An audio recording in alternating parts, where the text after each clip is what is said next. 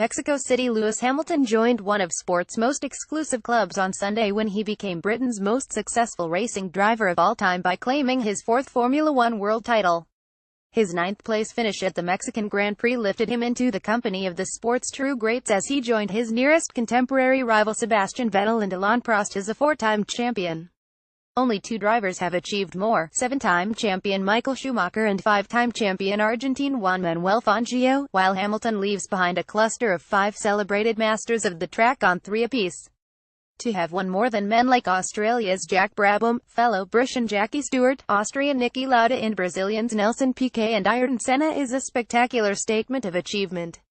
The son of a black father and a white mother, who survived a broken home in his youth, Hamilton, 32, grew up on a municipal housing estate in Stevenage where his father Anthony at one time held down three jobs to fund his son's embryonic racing career in karts. His journey was unprivileged and without luxury, but it was clear from an early age that he had an outstanding gift for speed and all the gutsy natural instincts of a born racer. In 1995, aged 10, and wearing a jacket and shoes borrowed from his predecessor as British Formula Cadet karting champion, he went to a glittering award ceremony in London where he met McLaren's then boss Ron Dennis. He asked for an autograph and told him, "One day I want to race for you." Dennis replied, "Phone me in 9 years and I'll sort you a deal."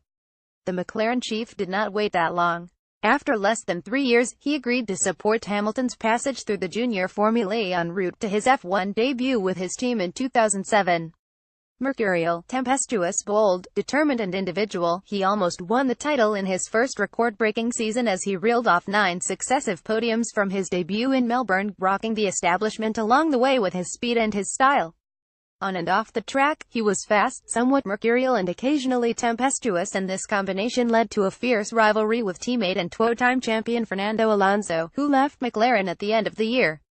That was a signal of how tough it was to be for all his future teammates as Hamilton, who narrowly missed out on the 2007 title, returned to triumph in 2008 with a dramatic last-gasp fifth-place finish in Brazil. He also showed frustration as McLaren failed to deliver the speed to beat Vettel and Red Bull, who reeled off 4 straight title triumphs from 2010 to 2013, by when Hamilton had departed for Mercedes. Escaping the management regime of Dennis and his father, Hamilton found freedom at Mercedes alongside teammate German Nico Rosberg, his teenage karting friend and rival. This enabled Hamilton to express himself with a headline-grabbing transatlantic lifestyle, mixing with musicians and fashionistas. He showed little love for any duty to obey conventions and, for many observers, gave his sport a welcome injection of freshness and diversity as champion again in 2014 and 2015.